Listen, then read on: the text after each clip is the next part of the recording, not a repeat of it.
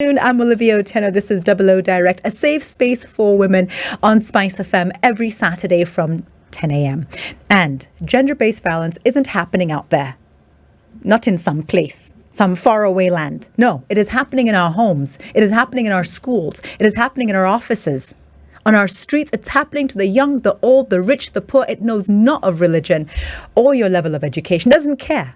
So let these 16 days of activism against gender-based violence act as a reminder. Your suffering, our suffering, the suffering is not unseen, it is not unheard. And the world needs to come together to bring it to an absolute end. With me today are amazing women. So as you share your answer to the question, where do you most feel unsafe? Be it on Twitter, Instagram, Facebook, share. Where do you most feel unsafe? I'd like to welcome these four phenomenal women. I have Her Excellency Alamitu Jatani, the First Lady of Marsabit County. I have Her Excellency Agnes Ochillo, the First Lady of Migori County. I have Anna Mutavati, Country Representative, UN Women. I have Janet Sayo, who's the CEO of CFLA, the County First Lady Association. A little later, we'll be joined from Tana River via Zoom by Sadia Hussain. She's a GBV activist and the CEO of BSI. BSI stands for the Brighter Society Initiative. Ladies, welcome to Double O Direct. Thank you, Olivia. My name is Anna Mutavati. I'm the representative of UN Women here in Kenya. So what does UN Women do? We are that UN agency, the United Nations agency, that is responsible for supporting government of Kenya and the people of Kenya to achieve gender equality and empowerment of women. So on gender-based violence, that's one of the areas that we focus on because we know that it can take away our fight for gender equality. But also on women's political leadership, which is what you saw during the elections, and on women's economic empowerment, because we know that poverty has a female face. So addressing that and ensuring that women also have economic opportunities to lift themselves and their communities and their families out of poverty. Thank you. My name is Agnes Ochillo. I'm the spouse to the governor of Migori County, therefore the First Lady of Migori County. And under CFLA, I am the deputy chair of the association. I represent a county that is known to many of us, but it has amazing diversity because many people assume that Migori is a Luo county, but we have a third of the population represented by the Korean community, the Kisi community. We have minority Somalis. So it is a county of amazing diversity. The issues that we are here to discuss today are quite critical and very close to my heart because anything that touches on the vulnerable, including women and children, are very close to my heart, and I would love to see this menace, as I call it, end. My name is Alamitu Jatani. I'm the spouse to the governor of Marsabit. The governor of Marsabit, Mohammed Ali. He's a second-term governor, having been elected first into office in 2017. I also hold the position of the chair lady of the County First Ladies Association.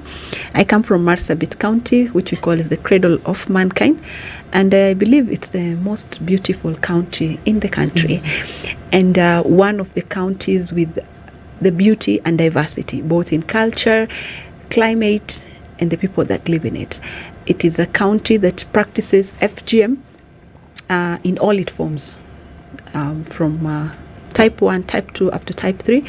And the people there are very cultural, and culture is really entrenched in the way they do their things. Therefore, we have high cases of FGM, early marriage, and this is a topic that is dear to my heart, being a survivor and coming from one of the communities that practice FGM. Thank you. Thank you. My name is Janet Sayo, the CEO, County First Ladies Association, an association that was formed in 2014, shortly after we had the devolved system of government coming into place. And the spouses of the governors at that time were all female, and they saw the need to come together to complement the work of the governors and also to advocate on socioeconomic development in the counties, but also to bring in their passion and advocacy to support women, children, and the youth in what they're doing in the counties. We encourage First Ladies to take up causes that they are very free with and are familiar to. SpiceFM in Nairobi. Find us on 94.4. Good afternoon. I'm Olivia Otieno. This is 00 Direct, a safe space for women. 4 hours of it every Saturday from 10 a.m. to 2 p.m. over the next 2 weeks. Yeah, everyone's going to be jumping on this bandwagon, this women-centric 00 Direct kind of fire, because there'll be a lot of noise and talk about ending gender-based violence. But, recent studies indicate that we may sooner colonize Mars than eradicate GBV. But with me are 4 women who are highlighting why that is, but simultaneously acting as beacons of hope. I'm talking about Her Excellency Alamitu Jatani, the First Lady of Marsabit County, Her Excellency Agnes Ochilo, the First Lady of Migori County, Anna Mutavati, Country Representative, UN Women, and Janet Sayo, CEO of CFLA, the County First Ladies Association. They need to change it. It needs to now be the County First Spouses Association. Yeah, or County First Partners Association. Partner number 1. No, but seriously, Janet will get back to that. Right now, Anna, please give us an overview from UN Women on the state in Kenya with regards to violence against women. So let me start by saying that we are in that period of the 16 days of activism against gender-based violence. This is a very important period because that runs from 25th of November to the 10th of December every year. And the idea is to heighten conversations around gender-based violence, which has just come into our lives and almost become like part of everyday life, right? So by devoting the 16 days, we are aiming to generate conversations such as this one and in all spaces, so that we don't normalize violence against women and girls, so that we don't make it part of our lives, and that we kick it out of our lives for good. On the statistics, therefore, since I am from the United Nations Agency for Gender Equality and Empowerment of Women, I'll briefly talk about the situation at the global level. So, because it's important to understand where we fall in as Kenya. So, globally, they say that 780 million women aged 15 and 49 reported having experienced one form or another of physical violence or sexual violence since they were 15 years old. So this is big because it's almost coming to close to 1 billion women who have said that they experienced violence at the hands of their spouses or partners, intimate partners, but also from strangers. It's also important to note that in Kenya, close to 35% of women aged between 15 and 49 also reported that since they were 15, they've experienced these forms of violence, sexual violence and domestic violence or battery, physical battery, at the hands of their supposed loved ones. So these are their spouses, their intimate partners, but also from strangers. I think it's also important to note that during COVID, we saw how cases of gender-based violence went up. Statistics show that those that were reported through helplines and so on, that there was a 500% increase in reported cases of physical assault or sexual violence or economic violence experienced by women in the year of 2020 alone. Say in the same year, the report on crime by the Chief Justice said that of all the criminal cases that were reported in that year, 36% were on gender-based violence. So it just paints a very, very big picture of what is happening, what's making women feel unsafe out there. I think I cannot end before I also mention that globally, they say 47 million girls will not be able to go back to school following COVID lockdowns because of teenage pregnancy. And why this is a GBV issue is because someone out there is having sex with children who are supposed not to be having sex, right? So this is sexual violence on people that are not supposed to be of legal age to consent to sex, but the men are having sex with them. So it is in a form of gender-based violence. Closer home, We know that 140,000 teenage pregnancies were also recorded in that period during the height of COVID. And so it also means almost close to 140 or 150,000 young girls who are supposed to be in school will not be able to go back to school because of teenage pregnancy. Again, it is a form of sexual violence, and we highlight it during this period of 16 days of activism. Thank you so much. Those are very disturbing statistics. Agnes, can you give us an understanding of what is happening in Migori County with regards to gender-based violence, and why 16 days of activism is something you're so passionate about? Yeah, thank you, Anne, because we are glad UN always gives us the statistics that we rely upon. As I mentioned earlier, Migori is diverse in culture. We have the Koreans, the Kisis, and the minority Somalis who all practice FGM.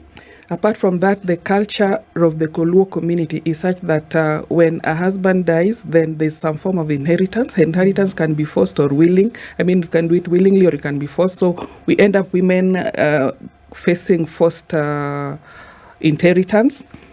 Still in Migori, we still have early child labor. Those are all forms of gender-based violence. We have the widows, the women who lose their husbands and are fighting over land with the in-laws and everything. They end up also facing a lot of gender violence. We have, of course, rape and defilement. Migori is a very rich country, rich county in terms of resources. We talk about the mines. We even supply power to the country. We have the trade along the border. So it means at any time, men have some cash in their pockets. And when they have a lot of money with them, then it means that the others are the other gender, which is the female, are at their mercy. So we end up facing a lot of sexual violence and intimate partner violence. And also we have the disabled. This is a very sad situation, because the other day I was at a forum and I was telling them that we should be leveling this marginalization, we should be leveling it to specific powers, because here we can talk about a woman who is disabled, maybe she's a single or a widow, and she's supposed to undertake everything that is being done by the other. So the ability to defend themselves, of course, is lowered. We have such women in our community. And then culture, especially our Korea communities, demand that if a woman is barren or widowed or something, they are allowed to bring other women into the home to serve children. So you can imagine the women who come to serve these children, they have to engage other men who could be cruel to them. Some of these women have been told, in fact, I was talking to one of our leaders today, and she mentioned that some of the ladies who end up in such homes are disabled. So you can imagine all the men will come and try to serve it, because they know that is their responsibility. And if the woman, the main person in the home, passes on, then it means now even you get more exposed. So the situation in Migori is quite interesting, because I know she was talking about the averages. Yes. And our average, as per your last study that you carried out, was almost thrice as much as the average. Our level was about 49%, while the world average was, the country average was about 19%. So you can see it is quite intense. And that's why we are working on ways and means of addressing this by also engaging our multicultural groups. Like I was glad even this morning before I came, I was speaking to the coordinator of Council of Elders of the Korean community. And this is the peak for the circumcision for the girls. And it's normally very exciting. And we then end up having the other communities sending their children to engage because of the excitement. Now there's a lot of food, there's merry, and you just want to go and have fun. So they end up, even other communities who are not supposed to be circumcised, we'll get 1 or 2 people getting circumcised. And then, of course, we are at the border. That's also another main reason why our issues are high, because across the border, if Tanzania is restricting on the other side, then they'll move to Kenya and vice versa. So in Migori, we are fighting, everybody's fighting. We are trying to find means and ways of ending this. Very enlightening. Agnes. Alamitu, how is the situation in your county? I'd want to thank Anna for the statistics globally, and Agnes for putting into perspective how Migori is.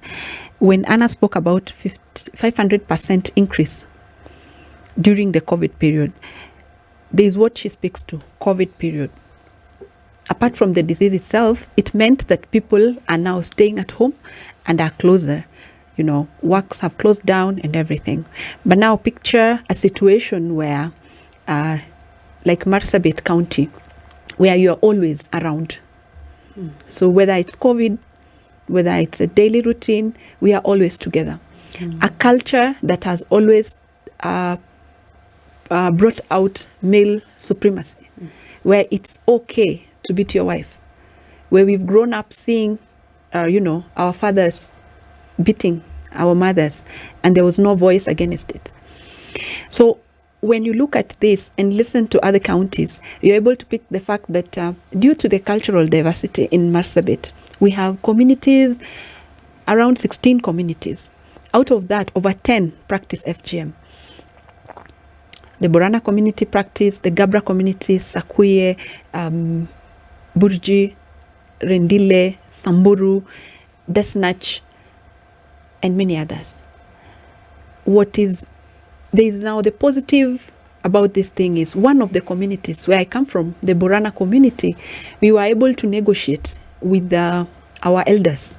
What we call the Gather system is a supreme constitutional making organ of the Borana community, and this binds you across the world wherever you live, where they pass their resolutions every 8 years, and they come together and they say, this is what have been happening and this is going to continue, this can be removed. So they were able to strongly talk about FGM the last time, and they said, we remove it.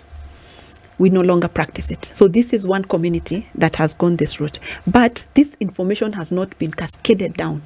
Not everybody is aware, because our Bagada lives in Ethiopia, stays in Ethiopia. Yes. The Gada system is done in Ethiopia. So how do we disseminate this information to the people? We have the Rendile community. It's very close-knit, highly practicing their culture. And we have these people who believe that a girl must be cut.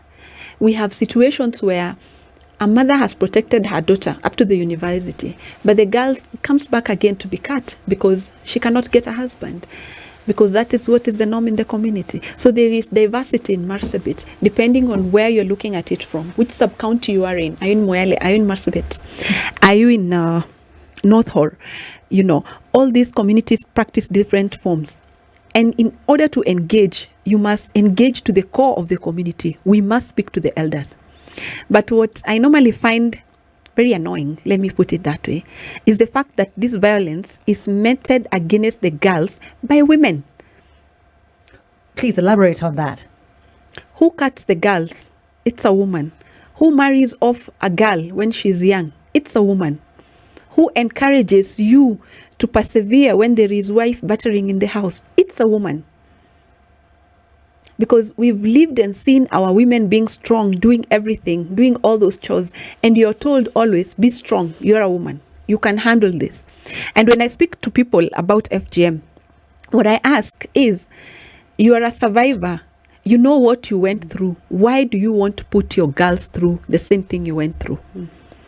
So all this now put together with the cultural perspectives makes this issue very difficult to penetrate, because the perpetrators are the women. We are looking at statistics that say that about 1 in 5 girls between the age of 20 to 24 will be married before the age of 18. So what I normally encourage parents to do is take the girls to school. We'll be in school from standard 1 to form 4. By then, she will be an adult. She will be past 18 and would have lived enough to make her long enough, let me put it, to make her decisions. And we've seen a change also in the perspective of the parents. In the beginning, once you're circumcised, you are married off. Now, they circumcise you, and when you heal, you're able to go to school. It's a positive. but it's not good. So how I would look at it is, one, we need engagement with the women, with our mothers, our aunties, because sometimes my mom could be looking at it from my daughter's perspective, but my auntie will be looking at my mom as a villain who is now encouraging her daughter to be hard-headed, especially for those of us now who have gone to school. So our fathers, do they really know what this is all about? Do they really understand what FGM is? Do they really know the psychological effect of wife battering? Would they want their children to be in a home where they are battered? If I know there's a clip about FGM that is shared by most civil societies, and I don't think any man watches through to the end.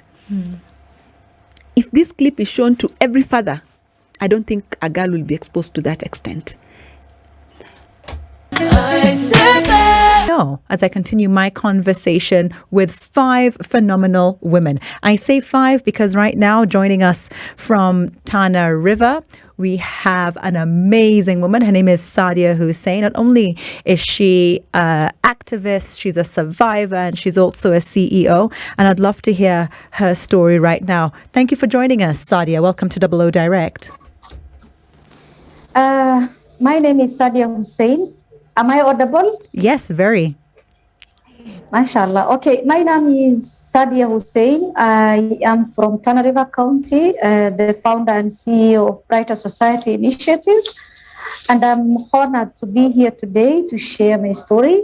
Actually, Olivia, I'm speaking live from Lamu because I was here to discuss about female genital mutilation with the people of Lamu. Fortunate enough, they are 100% Muslims, but do not practice FGM at all. So I really feel that I am safe here. I really feel happy. And I was even challenging them that their neighbors, Tana River, I come from Tana River, are practicing FGM in the name of religion. So they were shocked. We are also Muslims and we do not practice FGM. So this is a conversation that I would love to share every day. So today, sharing my story. I'm a survivor of FGM, but I'm no longer a victim. I don't shy away from sharing my story. So would you want me to share now the story? Or Firstly, later? just tell me a little bit about BSI and the work of BSI, and then we'll get to your story. Okay, so Brighter Society Initiative is BSI. Brighter Society Initiative is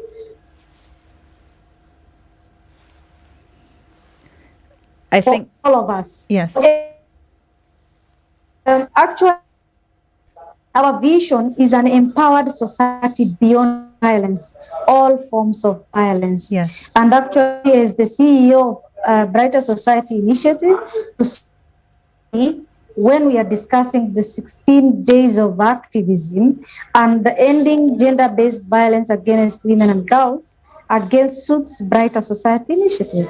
Thank you so much, Sadia. That's incredible. It is because of Sadia that we're actually having this engagement because I was connected to her. I met up with her and she's the one who managed to get me to the forum where I met the rest of you ladies. So just understanding a little bit about Janet and the work you do at CFLA with regards to gender-based violence and the 16 days of activism. Thank you. As the County First Ladies Association, it's a consortium of the spouses of the governors. And as I had mentioned earlier, they come in with different passion. When you look at the work that we do, we focus mostly on education, social and economic empowerment. We also focus on environment matters and health matters. And in each of these components, there's always that component of gender-based violence. When you look at environment, for example, within the Maasai culture, we have women who are the ones building those houses. What are the men doing, or what is the contribution towards that? We look at education. Most women, or rather young girls, miss out on education during their menses. How do we make sure that these girls still are able to go back to school and not miss out on school?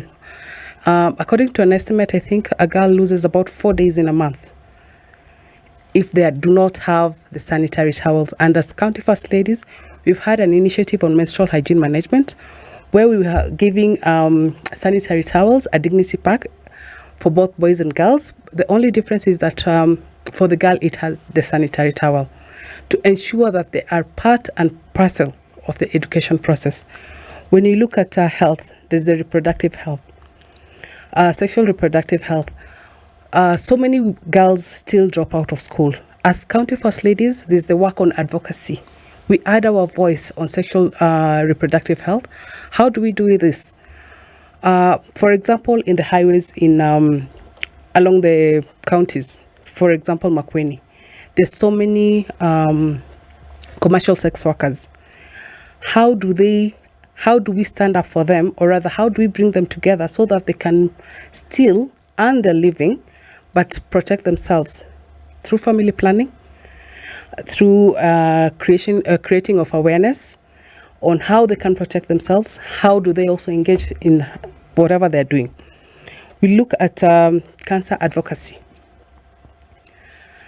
Who is the main bearer of this cancer patient? It's the woman. When a cancer patient is at home, it's the woman taking care of that patient. It's the woman having to live her life to cater for that person. And that gives them, that also makes her lack even probably how to fend for herself in terms of economic empowerment. And these are the issues we look at. And we focus on them through advocacy. We also collaborate, we network with other like-minded organizations. And when it comes also to service provision, we've had like 16 cancer clinics in the counties. We call them Empower Clinics, which are used for screening for breast and cervical cancer. And we partner with the respective county departments, be it in health, be it in education, be it in environment. The service provision is done through the county government with the support of the county first lady and mostly the actors patrons. Thank you, Janet. Moving towards Anna and the work of UN Women. You've mentioned some very alarming statistics.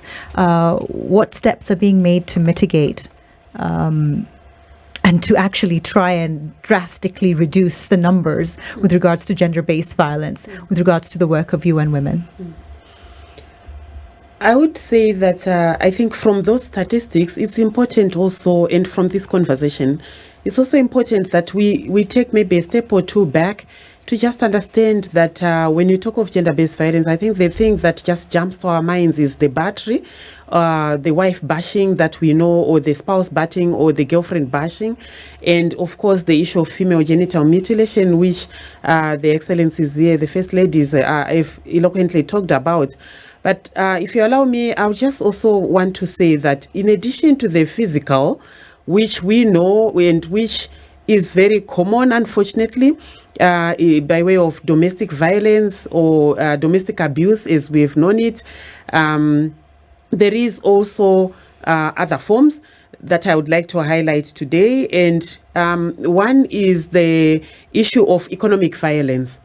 Hardly talked about, but it is a form of violence by way of definition that the UN has given and also is articulated in the laws of Kenya. I know of several cases where a spouse, and I'm talking about somebody who's educated, somebody who has traveled. I'm not necessarily talking about somebody of a very low economic status, does not have their own bank account, Exactly. does not have access to financial independence, and they've had to actually be completely dependent on their spouse, even, and this might shock you, Janet, the purchase of sanitary towels. Absolutely. Right? We're going into a break right now, but I want you to highlight that yes, it is not just physical violence that we're highlighting today, as terrible as it is. There's emotional violence, I'm sure you're going to come up with, but also this issue of economic violence is something that 100% needs to be addressed. Okay, great.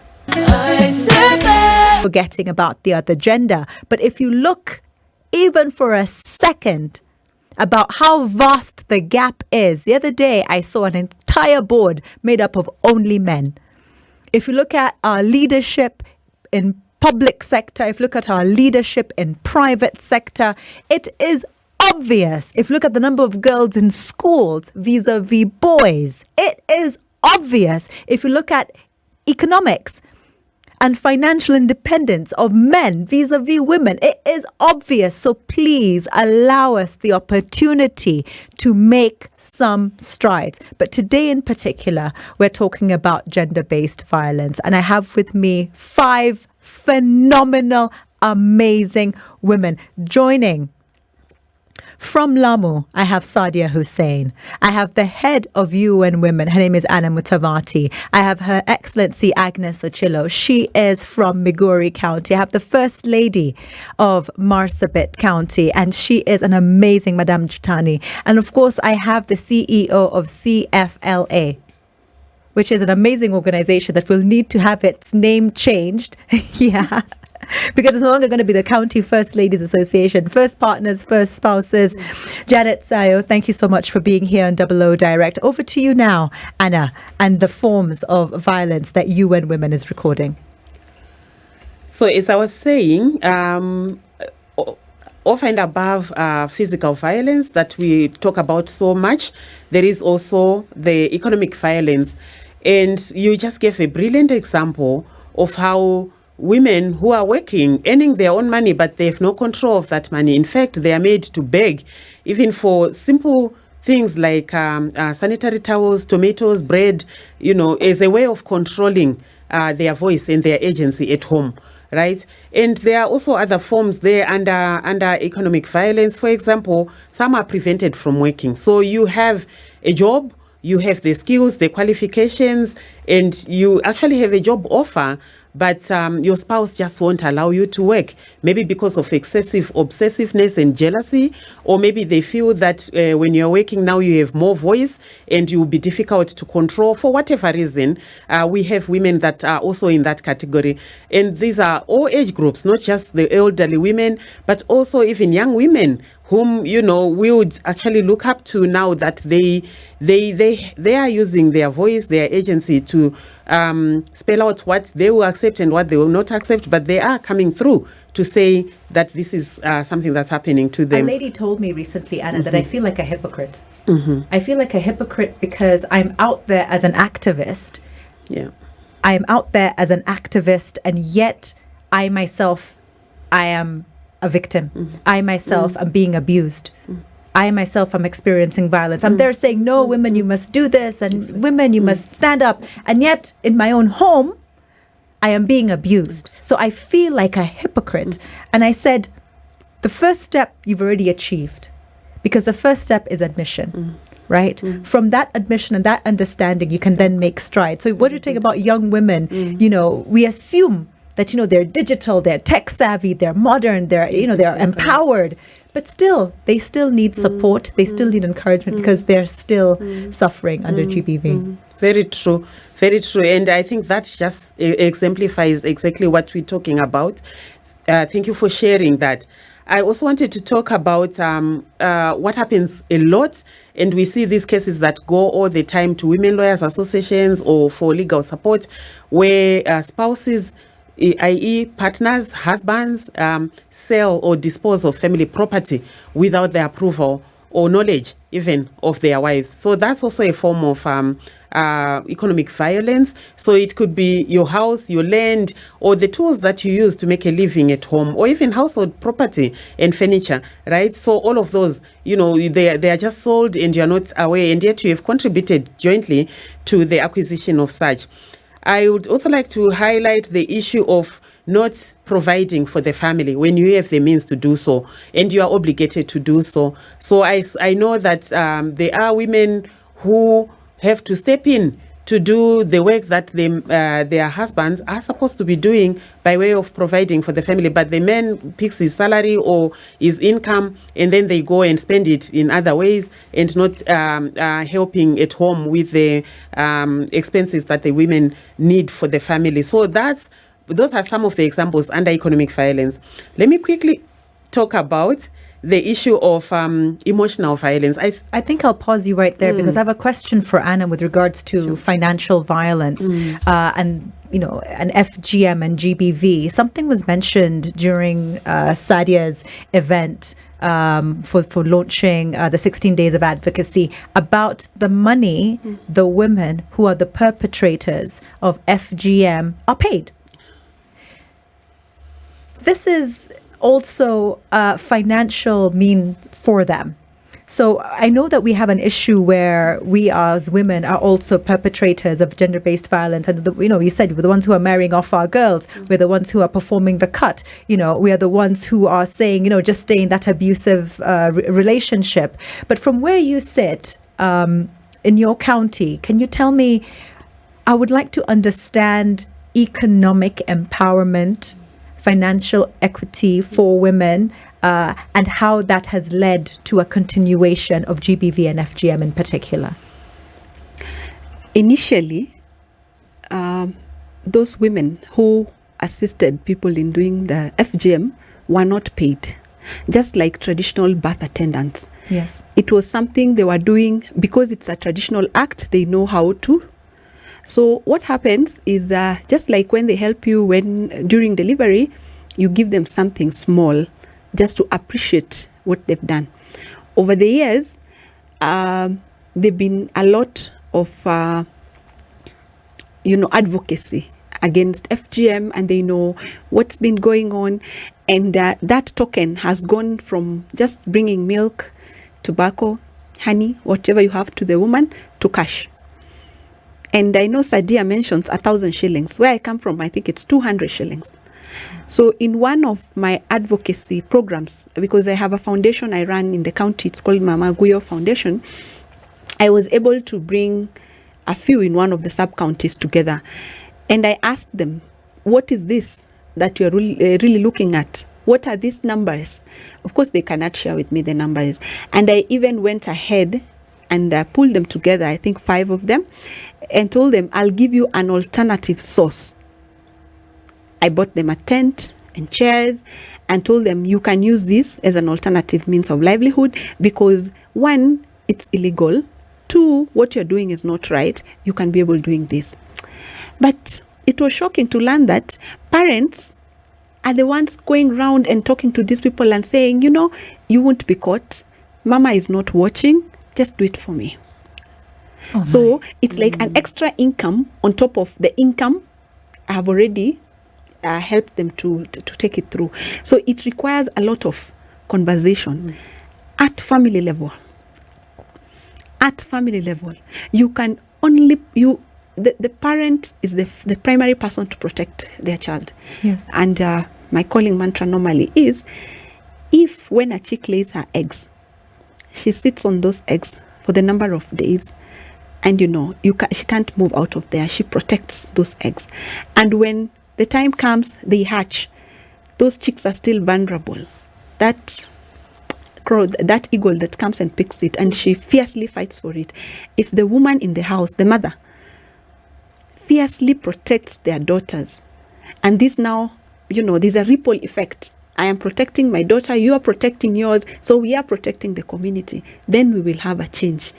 I will not squarely put it on economic empowerment because if they do not have the market, let me put it that way, as ugly as it sounds, the market, the customers, they won't do the work. It starts from the household unit. Agnes, tell me about Migori County because what I'm hearing is not good.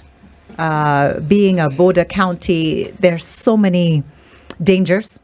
There's so many risks. I want to understand the situation of the girls, the women of Migori County moving through COVID, because we've divided into 3, pre, during, and now moving into this post-COVID season, and what your office as First Lady of Migori County is engaging in. Thank you very much. Before I go to the Migori situation, I think as a country we've really tried from 1985 moving on to Beijing, our constitution, and happy as I've always said that I was part of the team that managed to create the 3 commissions out of Article 59 of the Constitution because we really wanted the gender issue to stand alone so that gender can be something that is looked into on a daily basis. Migori, as I said, what you are calling economic, I would more or less call it the controlling behavior. Because, you find either whichever gender, the gender that is has the ability is able to control their behavior in terms of economics, in terms of even behavior. Because if you are a woman and you go for a function and you're kept aside, you don't make any decisions, already you're being abused. It's already a violence against you. And in Migori, because of the cultural diversity, what we are doing is that we are trying to engage the multisectoral teams. Like we have picked, number one, the group that has been picked is the church, because a lot of people are saying that FGM, like now if you consider FGM, it is a culture, it is a religious issue. I think we've had situations where people have been told outrightly that the Bible does not advocate for FGM, neither does the Quran. So we are engaging these people because we know that at the back of the woman's mind, there is a God that we rely on. And if you can have the women focus on the church, then it means that some of these things will be explained to them. Because as a mother, with the environment that they live in, the masculine environment they live in, it may not be easy for them to face these devices or head on, because at the end of the day, you'll go back home. If you've talked about it in the public and you go back home, what is going to happen to you? It's going to be additional violence on you. So we are engaging the church. We are telling the church, can they engage these children? Can we have alternative rites of passage? Can we have teachings to the girls so that they also know their biological makeup and they're able to get children at the right time rather than having their children early in life? Because in Migori, we have a lot of early marriages. We are also engaging the Council of Elders. As I mentioned, we even had the Council of Elders go to the mountains. They carried out their respective rituals to end the device. And right now they are walking around sensitizing the communities, because this is the peak for Migori. Everybody has gone and the women are already out. It's already in a mood of celebration. So we are calling these people, we are asking them, can they assist us walk around? Because as men in the first place and as the people who guide the communities, if they are able to tell them that this thing is affecting our community in a negative way, then they will listen. As women, during these 16 days of activism, what we want to do, we are also going to engage women groups. We are going to meet women across the sub-counties, at least 600 women per sub-county. We are going to sensitize them, let them know that some of the things we take for granted, some of the behaviors that we assume are normal. If your child is raped and you're forced to take the child away to Nairobi to be a house girl, it is not right. That is an abuse. So we are going to meet the women and we are going to tell them that gender-based violence has many forms, and especially the emotional, because normally we center more, we address the physical aspects more. But now, especially for the middle class woman, what is eating the most is the emotional based violence, because they're in their homes, they're undergoing certain violences that they cannot even discuss in the public. Because if you are a woman and you cannot even you don't have your access to certain places is restricted. You cannot buy certain things. You know, it will eat you as a human, as a woman, and you'll not have an avenue. So we are going to sit down with these women and let them know that it is not okay to be treated in a specific way. And we hope by the end of the 16 days of activism, when we'll be celebrating the final day, which is 10th of December, we will have talked about issues. We know it will not happen overnight, because according to statistics, the other day I was with my chair said it is 200 years, another one said 99 years, but we cannot sit down and wait for 99 years. We know countries are struggling, even Rwanda, which according to me was supposed to be at the top. The other day I learned that women even like, or they don't mind being beaten, something that really shocked me. So we hope that by the end of this we'll have at least achieved, if it is not 100%, even 0.01% will do for us. Her Excellency Agnes Ochilo, the First Lady of Migori County. I'm also joined by Her Excellency Alamitu Jatani, the First Lady of Marsabit County. Anna Mutavati, County Representative for UN Women, and Janet Sayo, CEO, CFLA. Via Zoom from Tana River, we'll be hearing shortly from Sadia Hussain. She's a GBV activist and the CEO of BSI. 4.4 SpiceFM, live stream, standardmedia.co.ke. And I must let you know that today is the second day of the 16 days of activism, but on Double O Direct, it is year round. It is year round. So you're always welcome to get in touch with me. You can reach me via social media. My handles on all platforms is just my name, Olivia Otieno. I'm here with 5 phenomenal women, and the woman I must engage right now is Sadia Hussein. Not only is she an activist, a survivor, she's also the CEO of BSI, and she has an incredible story. So Sadia, please kindly tell us what your story is, why you're so passionate about this cause, what took you to Lamu, and more. Sadia. I don't know if I am audible. Yes, you are to me. Okay, so what inspired me to fight against female genital mutilation is my own pain.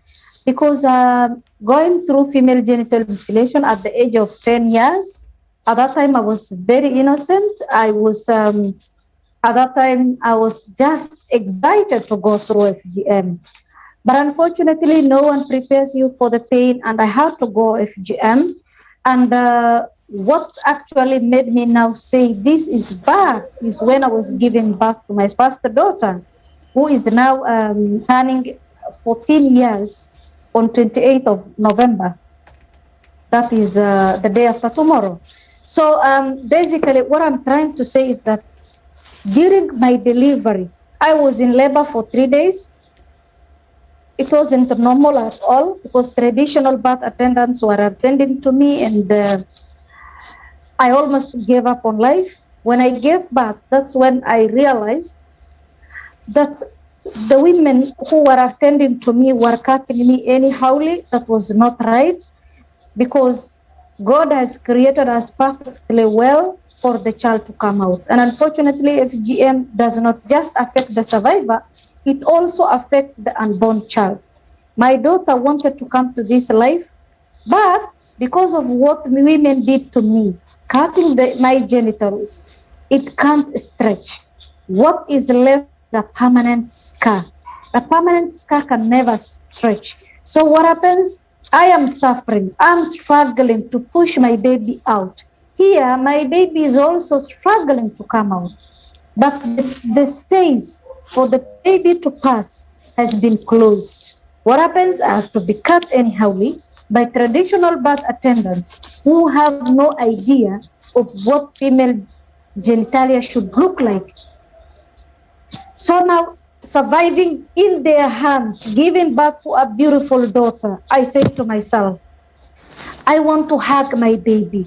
But unfortunately, I couldn't sit properly because now they have cut me and I cannot sit. I had to lean on one side. My mother gave me the baby. As I carried, as I held my daughter like this, leaning on one side. So now I had to promise my daughter, what happened to you is wrong, but I want to be courageous enough to save you. So that is actually said to myself, it happened to me, but not just my daughter, but all the girls in this world. And that's why today, all the women who are seated here saying that we must end gender-based violence, it starts with that. And it really pains me when people say, I want to say this. What happens is that I really feel pain when people say women are the perpetrators, yet they are the victims. Yes, women are the ones who are performing the cut, but they have no option, unfortunately. They feel if their girl is not cut, she won't fit in the society, she won't get married. And that's why now it is upon us women, and I'm happy that the UN Women is here, hearing me. We really need to actually empower our women, both socially, economically, and politically. We are talking about ending FGM, but how are the women political class speaking out FGM? No, they don't, because they fear about the political repercussions of the other.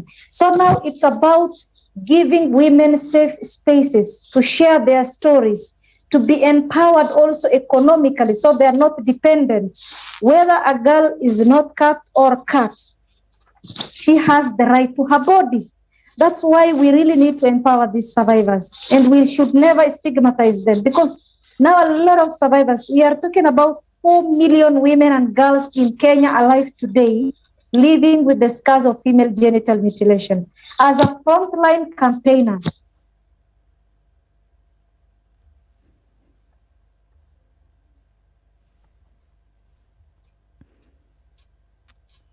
we seem to have lost Sadia for a second. She is the CEO of BSI, the Brighter Society Initiative.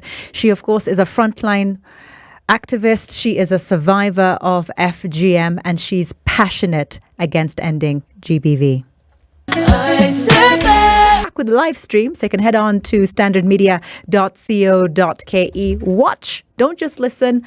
You can absolutely watch. Now, Jimmy Gathu will be coming in with Jimmy Gathu Live, but we're still on the subject of 16 days of activism against GBV. We've given some harrowing, some horrendous statistics by UN Women that just proves how far we are yet to go. But it starts with us. It starts within our minds and in our homes and in our families. That's the only way it can disseminate into society at large. So from Janet, tell me please, CFLA, what can we do? The County First Ladies Association, what can be done to close this gap with regards to reducing the numbers of incidences of GBV? Thank you. What I would say, as the theme for this year says, unite. We do not need to reinvent the wheel. We need to look at our partners. What are they doing in County A, County B, County C, and even within the same counties? What are they doing that we can synergize and come up together to bridge the gap? And not just every day we are inventing the wheel and not making a step any further.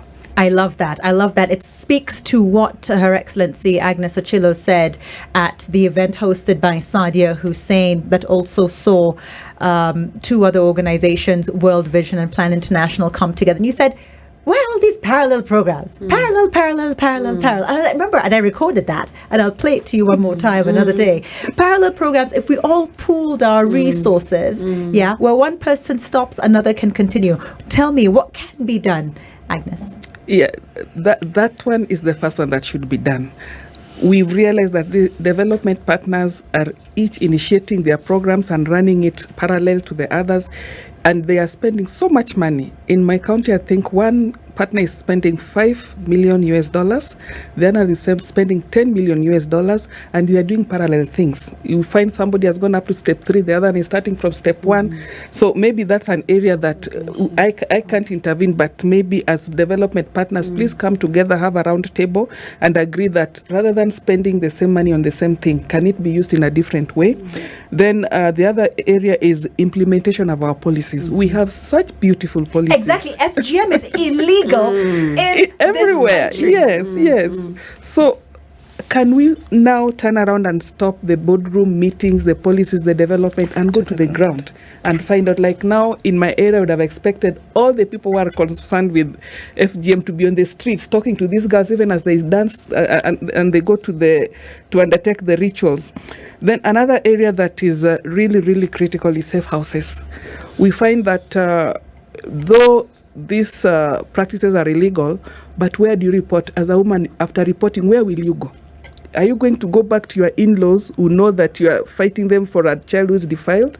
Are you going to go back to the in-laws because you are fighting over land? You want the land of your deceased husband? Where do you go when things get tough and you've now taken it up legally? Because when it goes to legal, of course, people fear the hand of the police and everything. So where do you go after that? Can we have safe houses where these people can be cancelled? They can be taught. If there's medical attention to be given, they can be given.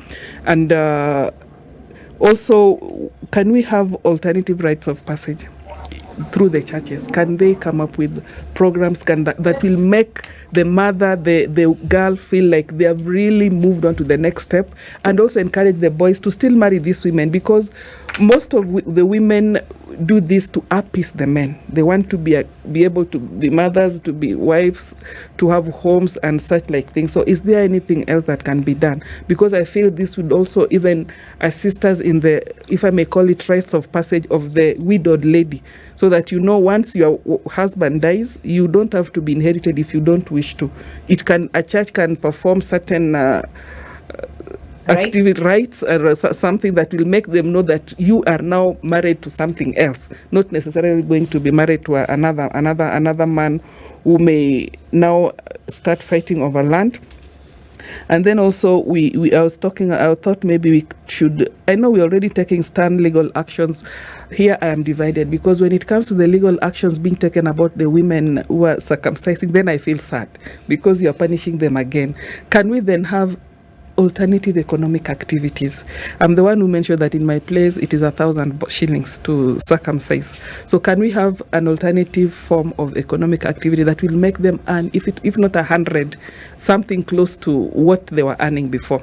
And even the girls, can we have something that will, people believe on outcome. You might do so much, but if they don't see it in the physical, then they'll not know that it is happening. So can we be able to assist these girls, the girls who have defied the GFM programs? Can something be done to them so that people will look up and say, this girl didn't go for the FGM and now she is 1, 2, 3? Because now what they are saying, this one didn't go for the FGM, she went to school and she's here back with us looking for a husband. Mm-hmm. So are there ways that we can economically target and empower these girls, these women, to make people realize that, of course, they didn't go for the FGM, but now they are doing far much better than the one who went through the FGM process. And what I also mentioned earlier is the coordinated approach. We involve everyone. Let's talk to everybody. When we are having these meetings, let's call the girls, let's call the boys, because it is the boys who now end up laughing at the girls and calling them funny names. Can we find a way of engaging everyone, not just us adults sitting together and discussing FGM and going back home? Let the girls come, even if you're having a meeting at the Intercontinental, it doesn't exist anymore, at Pan-Africa. Yeah. Can we have the room half filled with girls who are about to go or have undergone, so that they also appreciate these changes that we are fighting for so hard? I like what you've said that about involving the girls, because when Sadia was speaking, she said that she didn't know what was about to happen to her. She was actually excited about what was coming, only to figure out later that it was a terrible experience. So Sadia, I know you were cut off earlier because of network situation. You're in Lamu at the moment, so maybe you can finish your thoughts from earlier. Come up again, kindly. Maybe you can just finish what you were saying before you got cut off earlier.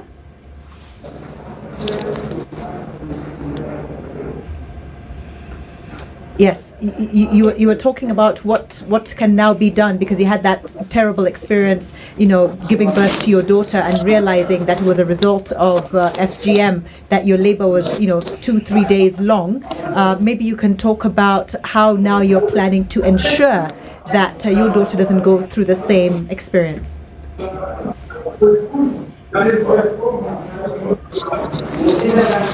Okay, so based on my personal experience, I have to say no other girl should go through FGM, leave alone my daughter. And today I'm blessed with 3 daughters, 3 beautiful daughters.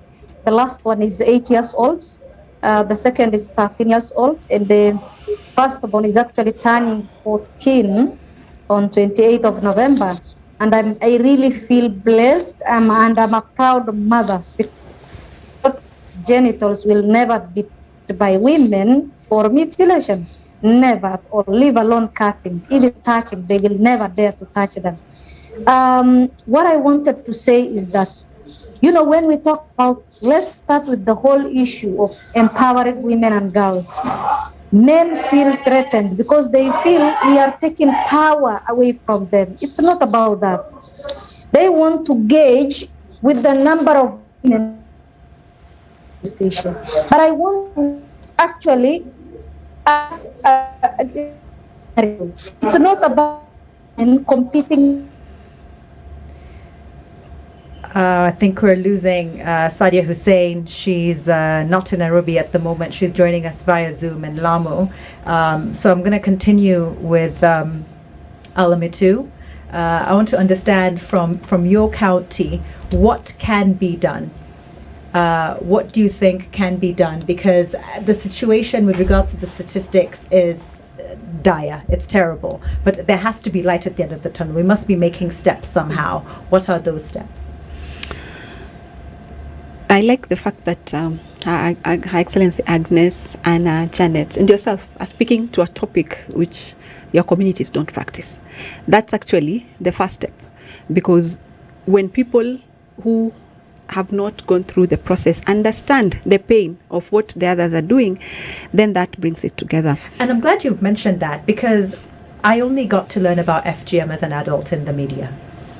In my household, it's completely foreign. It's an alien concept.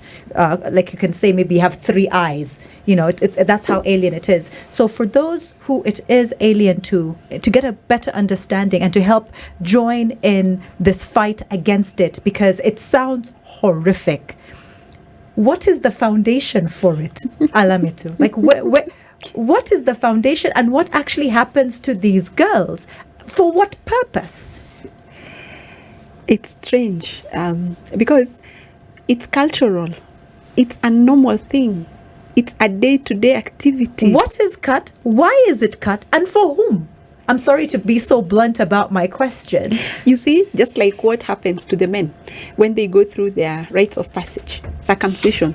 So, to these communities who practice, both male and female are supposed to be circumcised. Pause.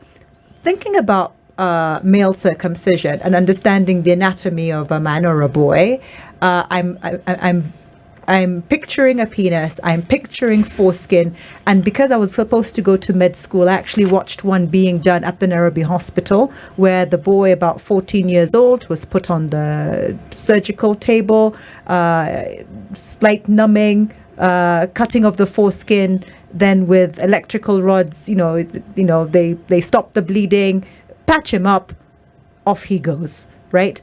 For a woman, and being a woman myself, I'm trying to think, what are they cutting off? You saw the modern circumcision, but let me put it this way. Yeah. The history of circumcision is different in different communities, and why it's practiced is largely not agreed upon. But what is cut is the clitoris of the woman. And what is said to help is when it reduces your feelings. There was traveling a lot by the men during those times. But pause. Most men can't even find it. So if it was there or not, would they even know? Like, I'm sorry to be so blunt, but it's like the Bermuda Triangle. Most men from research have no idea where it is, what it looks like. Yeah. So if we didn't remove it, would they even know? Olivia, it's the outer part. They will be cutting, but there will be other tribes or communities who will go deep inside and remove the whole clitoris system. Oh. That's why when they talk about it, they talk of stage 1, type 1, type 2, and type 3. But if you go to the internet now, there's a lot of information that is out there, and you will understand the pain that these girls go through. It's horrendous. Anyway, picture this. As we move to FGM, the next stage is marriage. So everything pauses after you're cut, then you move in with a man, most probably. At what age generally is the cut performed? Between 5 and now 12. 5 years old? Yeah.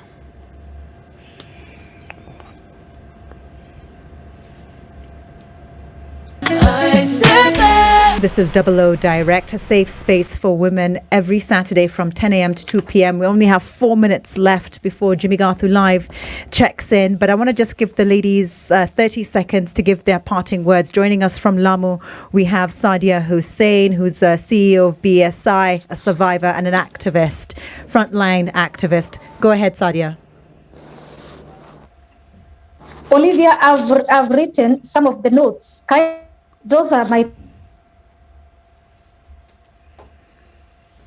If you can, kindly read for them. Okay. Men should never feel threatened by women empowerment. We are not taking power away. We are simply your mothers, sisters, and daughters. If a girl is cut and a man sleeps with her, she will get pregnant. FGM is not a padlock. If a girl is not cut and no man slept with her, she won't get pregnant. parting words from Sadia Hussein. I'm going to go on to you next. Janet, what are your parting words? For me, ending gender-based violence has to start with the basic things that we are working on. For example, in the current setup, there's hunger. Behind that hunger, there's forced marriages, there's early marriages, there's the FGM that is happening. And as County First Ladies, we're running a campaign. We call it the Sahani La Upendo campaign, where we are reaching out to the vulnerable members in the society, the girl that has been raped, the woman that cannot afford to get any food on her table, that disabled person. That is the one we are focusing on. And for the pay bill, you can reach us on pay bill number 247. The account number is 544-501. Pay bill number 247, account number 544-501. Thank you. Thank you very much. Now let's go on to Agnes Ochilo, First Lady, Migori County. Your parting words? Women, I'm calling upon all the fellow women that we are in this together. Do not stand by the side. Do something, even if it is little. I know we have a long way to get gender equality, but do whatever is within your reach, even if it is just talking to a little girl, if it is just lending a voice somewhere. Let's come together as women and do it. Thank you. Anna Mutavati, Country Representative, UN Women. So for me, my parting message is that prevention is better than cure. So let's focus on prevention, and more prevention. And looking at government being the key duty bearer in this, to really own this space and lead from the front in the fight against gender-based violence, and then all of us will follow. And then to fellow men and women, boys and girls out there, we need to change our mindsets around gender-based violence. We shouldn't be accepting gender-based violence or be bystanders, spectators when women are being killed, girls are being killed. So do something, engage, change from at individual level, in your own family, in your own community, and then in the whole world. Thank you. Alamuti Jatani, First Lady, tell me, what are your parting words? Speak up, even if you're not affected. GBV can happen to anyone. It is psychological, it's emotional, it can be physical. It can happen to you, it can happen to someone who is far from you. But if we speak up and unite against GBV, we will be able to make it.